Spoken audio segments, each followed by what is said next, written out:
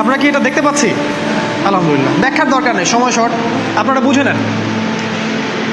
রাসূল বলেছেন কিয়ামতের আগে মানুষ জেনা করবে, জেনাকে মানুষ জেনা মনে করবে না, মনে করবে এটা অ্যাফেয়ার, ছেলে মেয়ের ক্রাশ। এখন নতুন শব্দ আসে কি, ক্রাশ। চোখে চোখে কন্ট্যাক্ট হবে, কো এডুকেশনের মাধ্যমে মোবাইল নাম্বার এক্সচেঞ্জ হবে, রাতের বেলা কথা হবে, ফোন হবে, তারপর চা খাবে, কফি খাবে, ঘুরবে, আস্তে আস্তে বেডে যাবে, তারপরে ব্রেকআপ হয়ে যাবে। তাদের কাছে সিম্পল, এটা খুব সিম্পল, সিলি ব্যাপার। আর কোরআনের কাছে এটা কি? জিনা। এক কথায় কি? জিনা। জিনায় লিপ্ত থাকা অবস্থায় দোয়া কবুল হয় না, কিন্তু মানুষ যদি এটা থেকে বের হয়ে তওবা করে আল্লাহর জন্যে, তার দোয়া অনেক বড় মানুষের দোয়ার মতো কবুল হয়। ওই 3 বন্ধুর একটা হাদিস আছে না, গুহার মধ্যে চাচাতো বোনকে একা পেয়েও সে ফিরে আসছিল আল্লাহর ভয়ে, আল্লাহ পাক তাকে গুহা থেকে বাঁচায় দিচ্ছেন না? হাদিসটা পড়ে দেখবেন, অনেক বড় হাদিস। জিনা থেকে দূরে থাকলে হৃদয়ে নূর আসবে। আপনি আমি যদি আমাদের চোখকে এই পর্যায়ে নিয়ে যেতে পারি যে কোনো গায়রে মাহরামের দিকে চোখ পড়লে আমরা নামিয়ে নিচ্ছি, তখন আপনি ফিল করবেন আপনার মনের মধ্যে নূর আসছে, আমার খুব ভালো লাগছে। ঠিক রাস্তায় যেতে যেতে যদি আমি 8-10টা মেয়ের দিকে তাকাই, আমার এই নূরটা উঠে যাবে। জাহান্নামে কেন অনেক নারী থাকবে জানেন?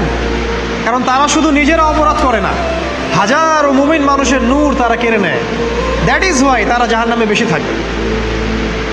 আরেকটা মেজর কারণ হচ্ছে তাদের উদ্ধত মাথা। মেয়েদেরকে বলছি স্পেশালি, হয়তো এই কথাগুলো মেয়েদের কাছেও যাবে।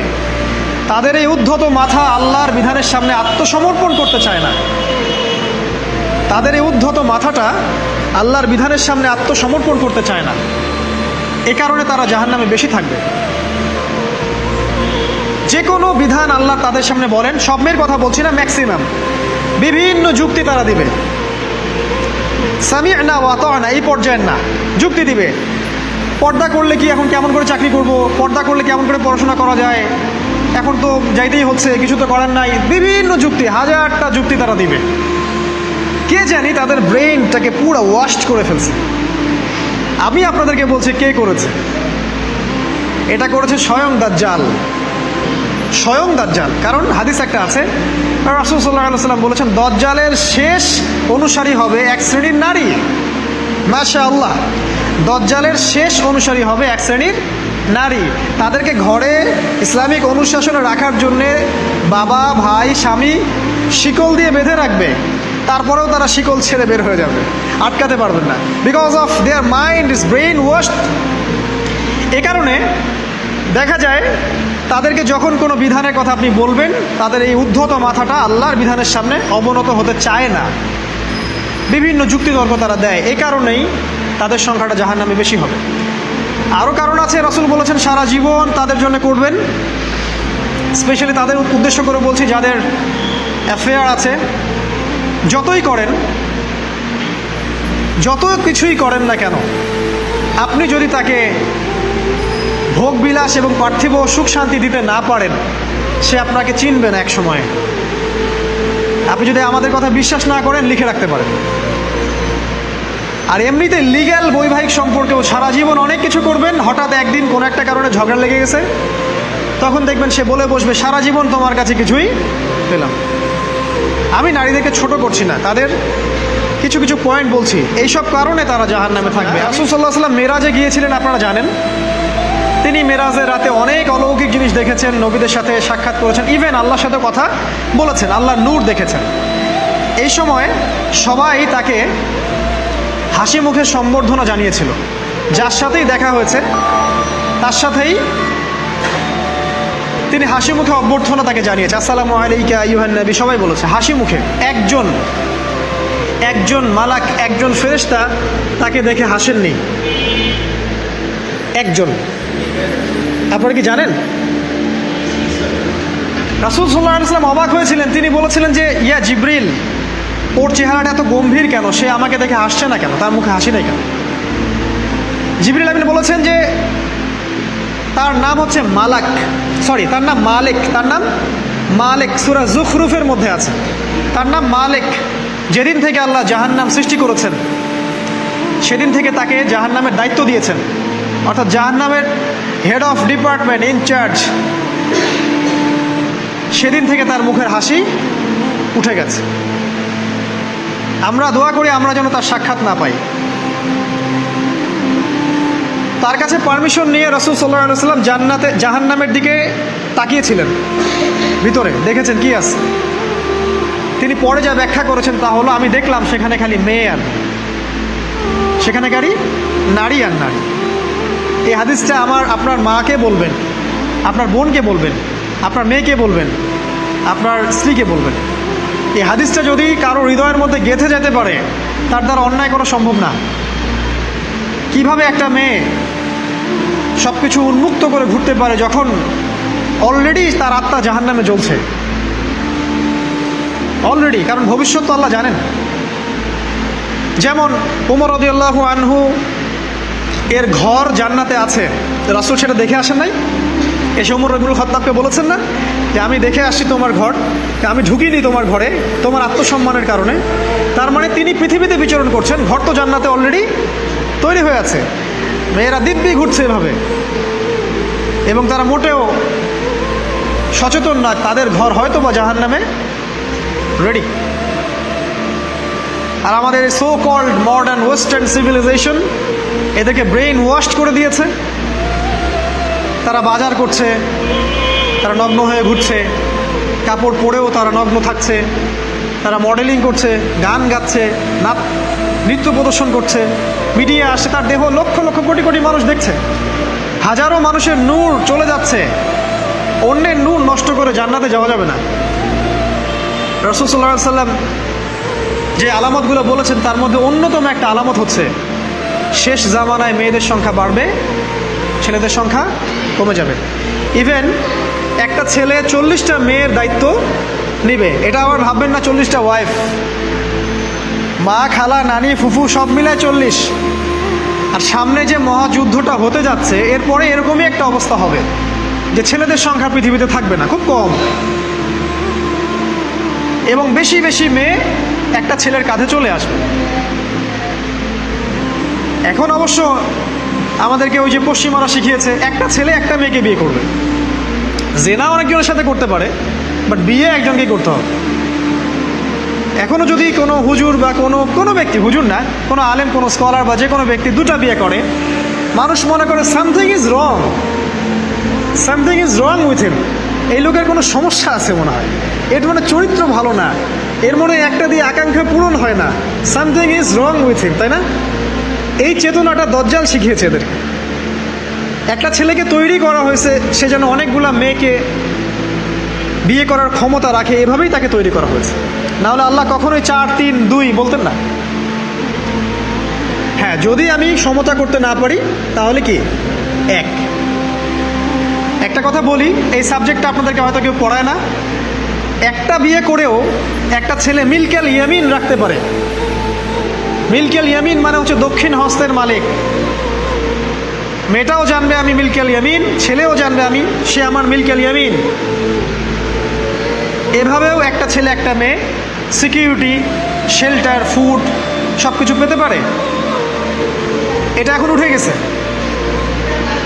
একটা সময় এগুলো ছিল। রাসূলুল্লাহ সাল্লাল্লাহু আলাইহি ওয়াসাল্লামের একটা ছেলে ইব্রাহিম, রাসূলের একজন ছেলে ইব্রাহিম কার গর্ভে জন্ম নিয়েছিলেন? কার গর্ভে জন্ম নিয়েছিলেন? রাসূলের জীবনী পড়তে হবে A to Z কয়েকবার, কমপক্ষে আর রাহিকুল মাখতুম বইটা পড়তে হবে।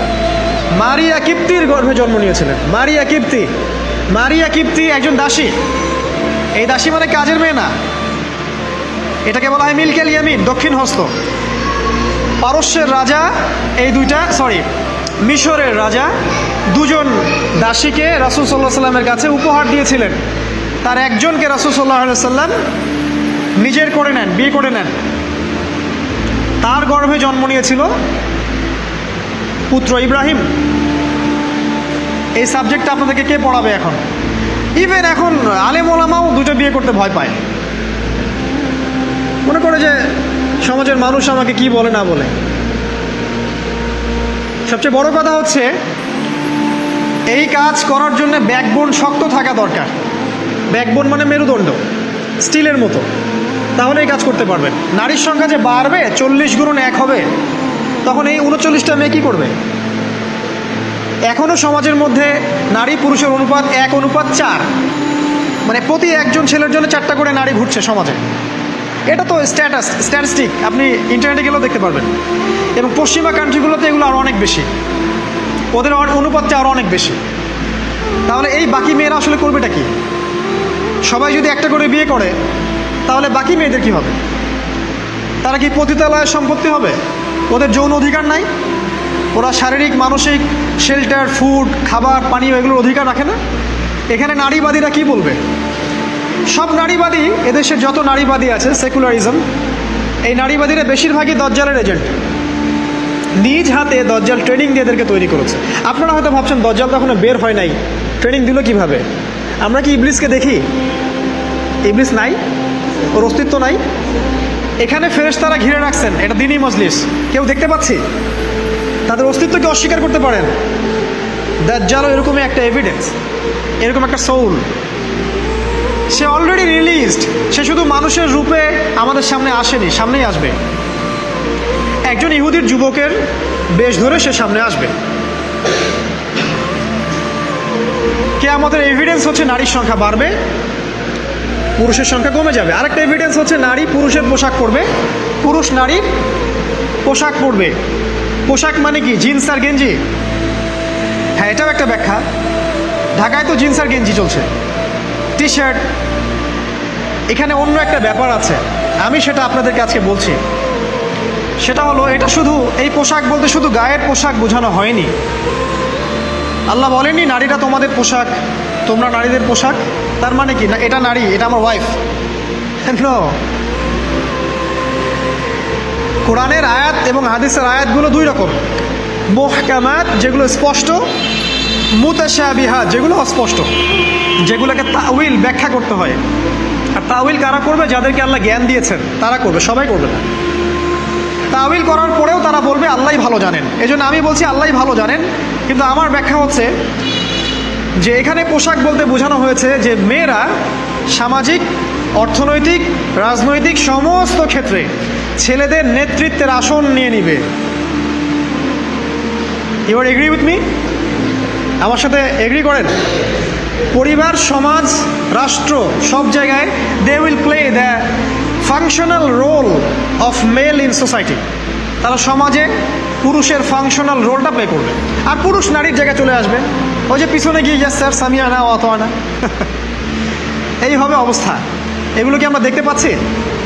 ব্যাখ্যা করার দরকার নেই। তবে একটা হাদিস না বললে ইলমের জাস্টিস হবে না। সেটা হলো আল্লাহ রাসূল সাল্লাল্লাহু আলাইহি ওয়াসাল্লাম বলেছেন, কোনো কওম ততক্ষণ পর্যন্ত সফল হতে পারে না যতক্ষণ পর্যন্ত তাদের নেতৃত্ব দিবে একজন নারী।